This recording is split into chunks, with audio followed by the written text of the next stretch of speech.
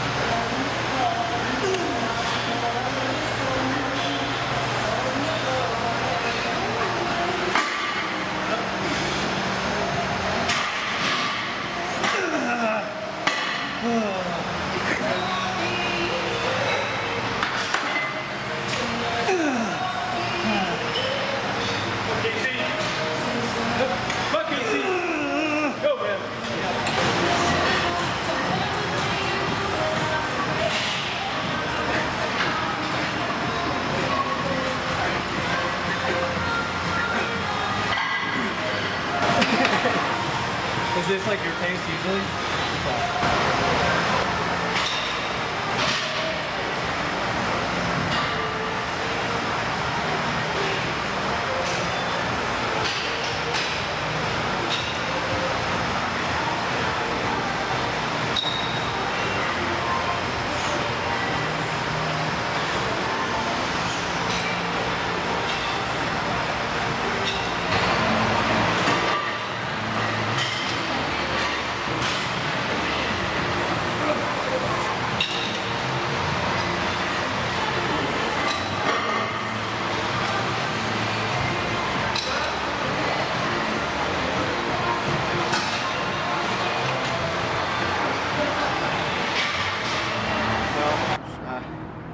Dr. Mark Smith, Casey, just went through our leg day training.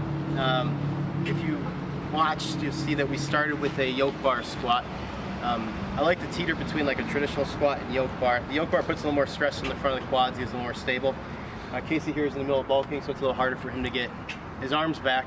Yeah, and usually when I do like a regular squat, it puts a lot of tension on my elbows and I'll get some like tendonitis kind of symptoms.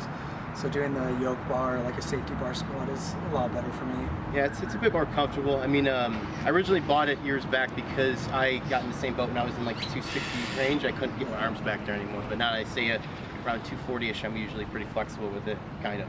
But we start with that. You notice we do a lot of sets with that because it's pretty much our main component of destroying the legs in the opening part. And then we segment to a little bit more of a faster duration with between the leg press and the hack squat.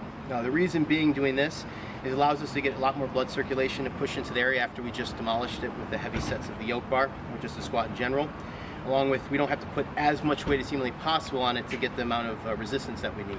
I run into the situation where the leg presses don't equip well to me in most gyms because I can go well over a ton in leg pressing. So the faster pace allows me to keep a good momentum, but also puts a lot of strain on the quads and gets a lot of blood circulation. Yeah, especially after doing those hack squats, because you load a little bit more on those hack squats, and then going over to the leg press, your legs are pretty fatigued, and then just kill them with the rest of that leg press. Yeah, and then the faster duration workouts allows me to do less cardio, which no one likes doing. Yeah, and for me, I'm used to right now doing like a minute to 2 minutes between sets, and Mark definitely killed me with those shorter rest periods between exercises. It takes some getting used to. I've changed it up. I remember when I originally got the workouts, I kind of mimic a Milo Sarkov structure of like giant sets in a lot of my training, and he does a lot of various exercises. So I got in the habit of doing like 6 or 7 continuous leg exercises in a giant row. Those giant sets. Yeah. So it's quite gassing, but it's quite like your legs fill up with a huge amount of blood and circulation. Then, if you notice the workout starts to tail end, and we do like leg extensions to get a little bit more of a fine-tuned movement, along with, I don't really even know what they call those exercises. Yeah, I'm not sure. With the leg up type thing.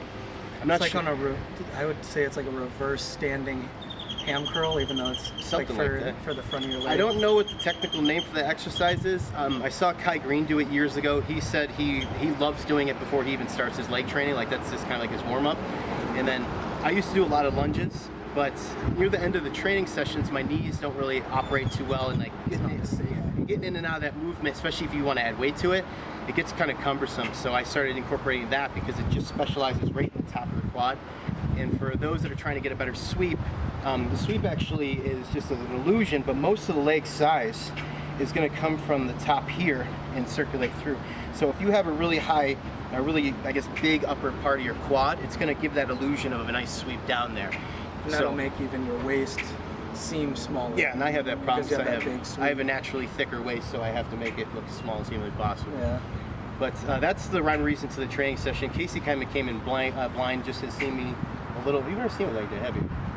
I've seen you from a distance, and I noticed that he does a lot more volume than I do, because I typically do I work up to a heavy weight, and I do 2 working sets on each exercise, and I do about the same amount of exercises, but today it was like pretty much double the volume of what I usually do.